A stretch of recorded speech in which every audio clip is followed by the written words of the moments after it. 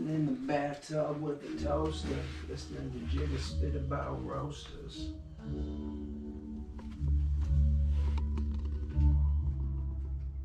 It was all good just a week ago. Alrighty, so I'm Shay. I'm with OhioFit.club. I'm chilling with a buddy, Skylar. We're at his residence. It's a dope pad.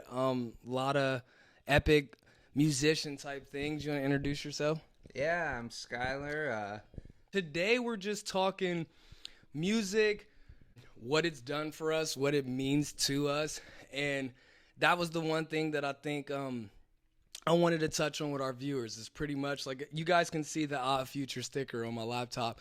There's a whole bunch of music I feel like you guys don't know about, so we're gonna go through top 5 albums, artists, why, and genres, and all types of things. All right, so like what's your favorite in top 3, especially for me? Like, what's your favorite top 3 genres of music? I don't know. I feel like nowadays with how much music's out there, it's hard to. Everything's got like a subgenre, but I like classic rock. That's what I grew up on, listening to music with my dad and being in the car with him and stuff. We lived in Montana, so anywhere you went, you had to drive a long time, and he just put whatever on, and that was pretty big. I'm a fan of hip hop. There's so many subtypes of hip hop, but Yeah. outright hip hop, and I'll go with soul music. That's my favorite XM station, 49. Yeah. So Yeah. so like that's interesting because like for me, being African American, of course, like culture plays a huge role. And I was raised on hip hop. My first song that I ever heard, and I remember my mom telling me, was Hip Hop Hooray by Naughty by Nature. Like Really? Hip Hop Hooray. Yeah, and she was like, you were obsessed with that song. So like I came up in an era, like I was born 91, so I came up in an era where like hip hop was like That really was booming. Yeah, like the boom bap rap. But that's not my favorite genre. I think because I came up, I got really diverse, moved out to the suburbs, and then that gave me, I would listen to 97.9, which is like cliche, but then they would play, like when I was 13, I think, 8th grade, I heard John Mayer Daughters, and that song was just like, but I was just like, dude, this is awesome. And I talked to my friends about it, but it's like, that was one of those songs where I was like, and I started to know, like, I love other genres. So That's funny, because like I was super diehard rock and roll until I think 8th grade high school era when I started Eminem shifting a changed little the bit. game. Bro, I didn't listen to Eminem that much. See, that's what makes you unique, because everybody was like, well, this guy's sick. Like, and I relate to him like, bro, you're not fighting black guys in a trailer park. Yeah, no, You're not- I don't relate to Eminem at all. I work out till I collapse, Right. but like, I don't know. I have choice words for Eminem. He's like technically talented. I like his older work a lot, but I don't.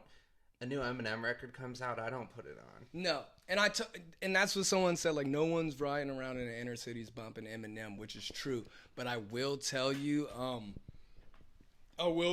like, back then, when, I don't know which one came out first, but when we were sitting there as a culture and you heard this, like, white guy come on and be like, you act like you never heard a white person before, jaws all on the floor. Like, that shit was like, who is this dude, bro? Yeah. Like, vocabulary-wise, he was super sick. But, yeah, so then my favorite rock song, the one that I can play on repeat that was super, super dope is, In Bloom, Nirvana. That was the first one that like stole my look. He has the vinyl collection. This is live in New York, or this is the MTV Unplugged. Yes, I've got like that. 92. I don't know if I had the Ivan Utero, however you say that, It's this like Japanese copy that I bought Show from this that. dude. So look at this. yeah. Anna and Bloom, huge grunge or that 90s rock. So classic rock, like you were saying, to me, that's where I'm at now. Like, we want to learn to play instruments and bring piano into it and make, like, your productions, everything. And that's what rock, like, me getting into rock, that's how it was. It was like, I love music more than just rap. Probably how when you heard rap, you're like, that's interesting. Favorite rock band? I got to go with the Rolling Stones. It's an easy answer, but they're super diverse. A lot of their work, it's all rooted in blues and stuff like that, but I don't know. That's someone. It used to be the Beatles, and I gotta say the Doors compete pretty heavily. I love the Doors music, but the Stones, dude, like Exile on Main Street. See, this is all foreign to me. This is stuff that like I should know, but like Rolling Stones, foreign to me.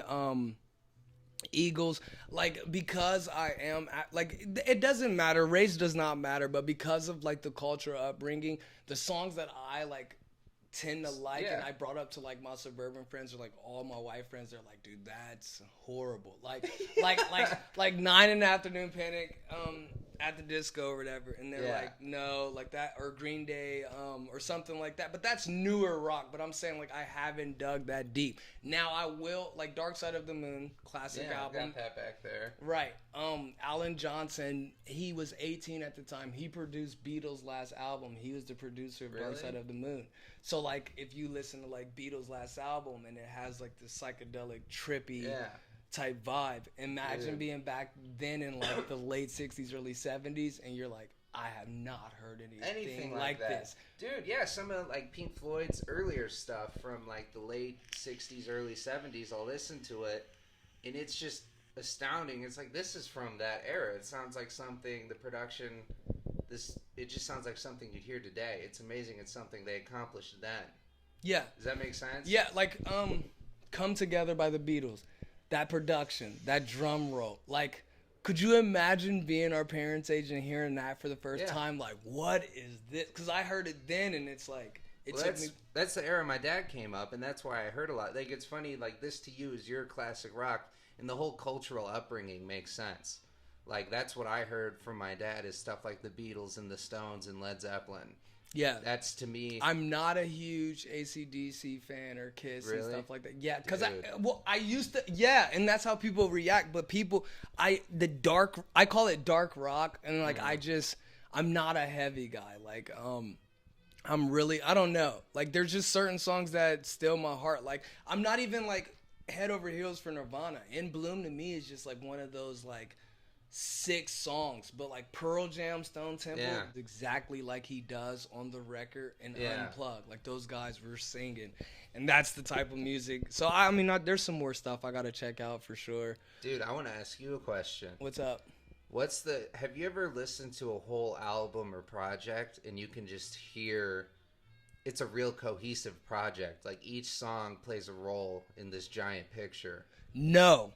And that, for me to say, like, I love music and to do, no, I haven't. The only song, or the only album I've done that, and this is going to sound crazy, was Dead Mouse.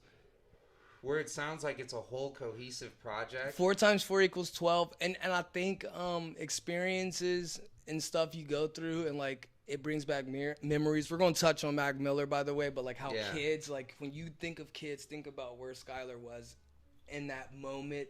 It brings back memories. That's how 4 times 4 equals 12 was for me. So that was the first time.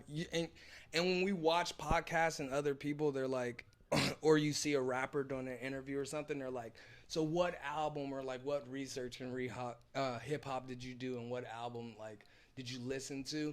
The album I bought and that I listened to was 4 times 4 equals 12. And I even have the Dead Mouse like tattoo. That's how how real it is. That's how real it is. Like just a mouse head tattoo, which is crazy because like I'm a black guy from the hood, but I mean that was like one of those albums.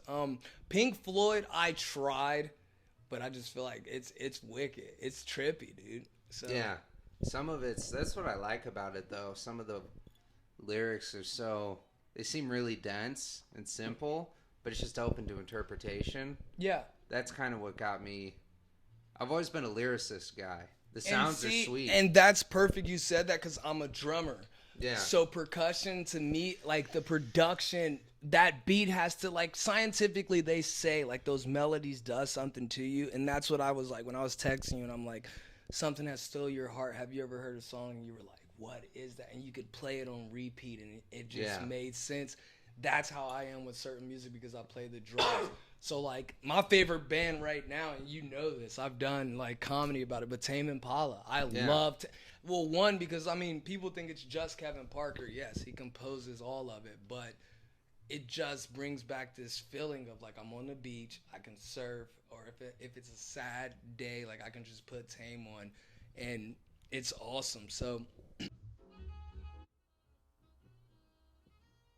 Tyler was asking me like, have I ever listened to an album? So I'm gonna ask him, what's your top 5 albums? And then the first that you listened to, like what was that's intense for you because you're really into music, man. Like, yeah, you it's love just gonna art. be top 5 right now. Yeah. I can't boil down. I can say In your like, lifetime, from I could dad do raising Lifetime. you to now, like what's the go? Not because there is new music always coming out, but Yeah. like what's those ones that was like, man, this is my stuff. A lot of it's, oh, dude, I don't know. A lot of it's mixtapes and stuff. So I'm just gonna say top 5 projects. Acid Rap, like when that came out. I don't super get down with Chance now. Oh yeah, no. I lot mean, of it- I'm not saying it like that, but I get what you're saying. Yeah, just like the time when I noticed, dude, people who came up listening to 10 Day and Acid Rap, at least in my circle, I can't paint with broad strokes. In my circle, if we came up on that, we're not super big fans of Coloring Book and Only artists I feel like that who evolved and became a straight up artist is Mac. yeah, that's the only person who Mac I've been, Miller. dude. for I've been, sure. yeah, dude. Like the whole ride with him, I was down. As soon as I got into Mac, I was down. But with Chance, like when Coloring Book came out, there are some hot cuts on it, and some like there's a cool J Electronica verse on the album. But other than that, dude, I like kind of it just wasn't matching my vibe, and that's because he grew and evolved. But I was still like, man, 10 Day and Acid Rap spoke to me more. This stuff I can't super relate to, and I don't super try to. You know who else that I have to shout out? But he's like, he wasn't like Mac, where like he evolved. Like, cause Mac, when you got to the Divine Feminine and what was it, Swimming? Like the production was crazy. He's an MC. Like when he lays a 16, it's dope now. And you know what I mean? super hard. Yeah, he's hard. Tyler, dude, big time Tyler. Tyler the Creator, like, yeah, Swimming. Just for the moment. R.I.P. Mac. This was one of the most influential rappers. A lot of people downplay Mac, but Mac was like his own. He set the bar. I wouldn't even call him a rapper as much as an artist. Artist. Same thing with Tyler. Because he's like a brand. And he didn't get really into clothes, but Tyler, that was another thing. Tyler, Most Dope Family was awesome. Just everything they did. Tyler, the Creator, was another one of those artists, and people wanted him to stay demonic and like, but the stuff he was saying to me, people didn't understand that this guy was really dope. Like Tyler, the Creator, like 7, one of his hardest songs, right? And like, what does he say? I'm backwards like Jermaine Dupri in 93, escaping from concentration camps with a fucking girl board and a ramp that I ordered from CCS with some diamonds like VV, like from, or whatever he said. But like, people was don't pretty understand. impressive. Yeah, because people were like, it was Jermaine Dupri. Jermaine Dupri in 93 discovered the group Crisscross. They wore all of their clothes backwards. So he's saying like, I'm backwards like Jermaine Dupri in 93. So I'm like, you would have to like understand, like, and he was spitting. It's super deep like that. Yeah. And you'd have to be in the culture and rap. But like now you got what is it, Scumfuck Flower Boy or whatever? Bro, like, I love that so you album. love his newer stuff. I do. Yeah, see, that's one of those artists. That's like, he's an Yeah. artist, and it's gonna, some people like Earthquake was not my, coming from Bastard Tyler and Goblin Tyler, Yeah. like Earthquake was like, It's the whole Acid Rap Chance 3 debate. yeah. You know? I got on to Tyler with Cherry Bomb. Which, What? like, yeah, dude, which was totally the first He time was I like- listened to it. I was like, I can't tell if this sucks or what. But, like, I And he listened to had it some- more and more, Yeah. and I loved it. It was so, there were just the song Schmuckers with Kanye and Lil Wayne. Hard. Oh, Keep the O's. Yeah, keep the O's. It's just the production, and it's like him and Pharrell. You got to understand, that was the other thing too, like, he's a producer, so these are artists. Even Mac Miller, they started producing their own music. I see a lot of influence on you, like your guitar, you're like making beats with your MIDI, you got your keyboard, so you're into like synth and melodies and stuff, which is that's the beats that I love in hip hop, is that piano type Pharrell, like Dude. Not all of Pharrell's work, but there's certain ones that are sick. So what other albums after Chance? That's huge for you to start off with Chance. Acid Rap, yeah. I gotta say, I haven't listened to it in a long time, but just because it did influence me as a kid wanting to be an artist. You just talked about AC/DC, Highway to Hell, dude. That was a classic. Album, dude, I had that in my CD player in like 3rd grade, and that's like, I had the alarm set so the CD would start when my alarm went off. I woke up to that every day. In 3rd grade. And I'm guessing the first song was Highway to Hell. Yeah. So you just hear that riff. Dude, the whole album was super good, and that's kind of when I got yeah. I got the Football Friday Nights mixed up with that, because that's what you play when you're like getting ready for a game. Oh, absolutely. But yeah, Highway to Hell is like, that's definitely, see, and I know those songs, but I don't know. That wasn't I'm very, I don't want to say like hipster, but I'm very like, happy music guys. So like if it's like Beach Boys, California Girls, sick song. That's just the like Beach Boys are sweet. You know what I mean, bro? They were epic. Beatles, like that's dope. And that's where Tame Impala was like them guys in 2010. So it's like, how did they capture that sound now? Yeah. Who else? What other album? I'll probably go back to modern stuff. But that one influenced me, like, as a kid. I wanted to be a rock star. And at the time, that's kind of the box I was in, was, like, rock and roll. You know, I loved Kiss and all that stuff. But this is me when I'm younger in, like, 4th grade with long blonde hair and super chubby. Yeah. Like, it's a really funny visual now. But, all right, so Highway to Hell. I gotta... Dude, I Don't Like Shit, I Don't Go Outside by Earl. That was huge. You put me on that. Super good. I'm one of those. I did this podcast with you because I was one of those guys that knows so much about so many artists. Like, my girl asks me stuff about like a specific artist, and sometimes I'm like, I don't know. She's like, well, you're into that stuff. But I was into that collective early, like Sly Tendencies, like the stuff he was saying on Deerskin, and what is the other songs I listened to? Molly Wop, like that. Those songs are epic. But then I just remember being in your car and we were going somewhere to get costumes for a Halloween party, and then you played that, and I couldn't capture the moment. But then I got Apple Music, and I was just listening, and Huey came. Well, Huey, like, dude, what an intro! Yeah, it's so good. Yes, like that song is so hard. And then I skip all the other ones, like All Top and Grief are dope, right? But like on some like just the bass and like the rhythm on Huey, and then Inside. Like, why didn't he make those so long? Why didn't he make them longer, man? Crazy for this one. Yeah. Dude. And even East, you go to the comment section in East. People are like, this is like if he went to like Saudi Arabia and just start freestyling. Like, but like, I just like that, like, he was able to do that because he's just like, he's Earl. It's fun to hear his stuff. Like on Inside, he goes, "You crazy for this one." Then it starts off something like "In the Heart of the City." Yeah, like, he's a big influence by Jay-Z. Right. But you listen to his stuff, and if you didn't know that, you would never suspect that. And people don't realize, so like New York rap, right? That's where like hip hop originated, and that's where it blew up. Yeah. Yeah, and he's like a huge even though he's from like California, he has that influence. This is early, man. Most of you guys songs.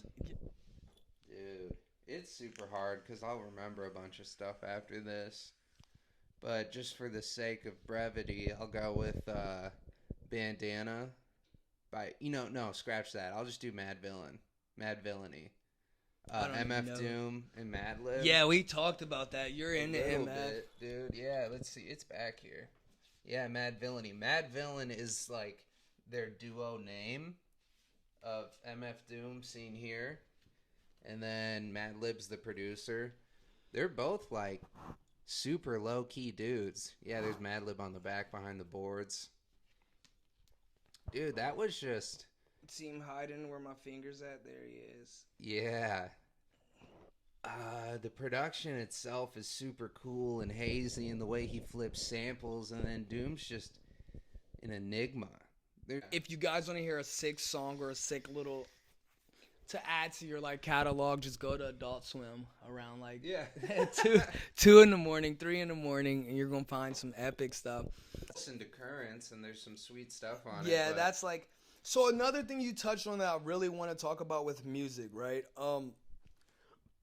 You said the Chance thing, and that's not just with Chance. I don't know how you feel about this, but this is how I view music. I feel like the artists, when they're trying to gain viewers' attention and gain fans, they're working their butt off. They're like, I don't want to call them a nobody. They have like some clout, but they're like spitting their best bars. Let's go through we can say a couple people. We got Mac. Like Mac's one of my favorite songs by Mac. 2 of them, it is a toss-up. Get 'em up, and he's not even saying anything. The beat and just like envision him, how happy he was, and like just being like a popular kid, and he's just like fresh out of high school. He's living. Get 'em up was sick. He's talking about riding around in the Civic, but then the one that did it for me, bars and just like where he was in life was Of the Soul.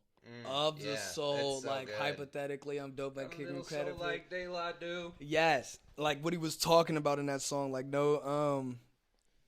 what does he say? Something about I ain't going to college league Corso. Like what? Yeah. Like, but those artists like Wiz, right? Cushion Orange Juice. Wiz is still Wiz, and he's a brand, and he's $1 million artist. We know this, but no one's riding the wave like how the Cushion Orange Juice. And even Rolling Papers, I went and seen Mac's very first arena performance, which was at EMU. Eastern Michigan University in Ypsilanti, Michigan. Up in Ypsi? Up in Ypsi, bro. Yeah. I drove their green carpet tour. That's what it was called. It was when Rolling Papers dropped and when Best Day Ever just dropped. And Mac Miller was still wearing snapbacks and like Miami Vice shirts. And that was his first thing. But what I was getting at with that is that like artists, once they move to Hollywood or LA and they're getting paid to do this around the clock and it's a job, it's just not the same. So you have this acid rap and it's fire. Yeah. And then it's a job. He's independent, but it's a job, and it's just not the same. Cushion Orange Juice. Yeah. Look where Wiz's went from Cushion Orange Juice. Mac, to the point where he was like depressed and stuff, but like he was an artist. Like he did his Larry Fisherman. Vulnerable and real, dude. Larry Fisherman. Those tracks are amazing, dude. The Run On Sentences, Volume 1 and 2. I haven't heard of. No, dude. They're just super weird, just straight up beat tapes, and then he usually does one song as Mac on it, but it's all Larry Fisherman. See, like he was just like that. He was an artist. He was like, okay, like I'm learning guitar, but I want to put this out there. Okay, I learned how to produce. I want to put this out there. Then you got singing Mac, doing it for the love of the game. Yeah, that's what. Dude, that's what I'm saying. You're more like for the sound. And that's what I just want to make content. My dream is to create, not. That's where, like, the artist, that's why you see Shay, I could wear a cowboy hat, or I can do, because I want to create. I like waking up. I'm doing this clothing brand. I'm doing the podcast. I'm a personal trainer that brings in revenue, but it's, like, about freedom of, like, time. Time is something we'll never get back, and I don't want to regret anything. And even if I don't make it big, that's not what it's about. People say they love music, but if, like, Disney came to you and was like, produce songs for this movie, do you love music that much that you're gonna do that, even if it's paying the bills right? It's like the whole, like, dude, that's what I love about this room in general. It's kind of my little space. When I was living with people, I was trying to make music and record in the kitchen and stuff, but it's loud and it's a small space, but that's the trap. Yeah, dude. Yeah, seriously. Like you, it's what it is. You're recording some bars, bro, and you catch like somebody like flicking a lighter for a cigarette, and you're like, keep it. The laundry in the background, just like boom, boom, boom, boom. Right, dude. And that's what I love about this, because I work a regular 9-to-5 job, and I'm not a super big fan of it, but it pays the bills, and I'm really grateful, and it gives me the opportunity to do stuff like this and to afford. You know, I got to do the mundane so I can afford the fun stuff. For a while. So just 2 things. I love this portion of the show. 1, message to the youth. What would you say to the youth? What would you say to the younger you, or what would you say to our younger generation watching? And then 2, about your music. Where can they find your music, your Instagram? Shout that out. Okay. Dude, the message I gotta go like to younger me is stick some things out. Like, I stopped doing guitar lessons and singing lessons for whatever reason. I just stopped. Stick some things out, but ultimately, I wish that when I was a kid, I didn't care as much about what people thought like I do now. Like, now I don't really care, dude. I'll walk out in my sweater shorts and my kimono and throw the trash out. Yeah. It's like, I don't care what these people think of me. Yeah, I'm not stuff to do. And you know, I'm much more of an individual now, and I was then too, but now it's like a lot easier. Yeah. I don't try to not care. I just don't care a whole lot. I still respect people, but that's all I wish like I would have thought about more, was like just not being in my head so much. But I can't complain because my journey's brought me here, you know? Right. So I'm happy with where I'm at now. And then your music. Talk about what type of music do you do, and then where can we find some of your music? I don't have a whole lot out there, and it's all, you know, like insecure, like it's pretty rough. But I've got stuff on SoundCloud under the name Toledo Kinsey. There's only a couple tracks on there, but it's all fun, dude. That's the thing. This is the stuff that helps me. It gets me through the day, doing stuff like this. Self-therapy. I mean, especially when you create something and you get it out there. Like, I remember having writer's block, but the best type of music to me, like I did this one song. I showed you it, that intro. Yeah, super hard. So that's an artist experience. I like went to OU and there was like a 7-kegger and I was just like a 19-year-old and my dude was a senior and he lived on Court Street. Like he had and it was like the whole college experience. For those who don't know OU, that's a big deal. It's a big deal. And me and my dude performed that night. Like we did this remix to Earl's Kill and we were performing that night, and then like I just remember driving back 33 and we get back, dude, and I had this feeling and like I heard that beat and then like it just all came out. It wasn't forced, and that's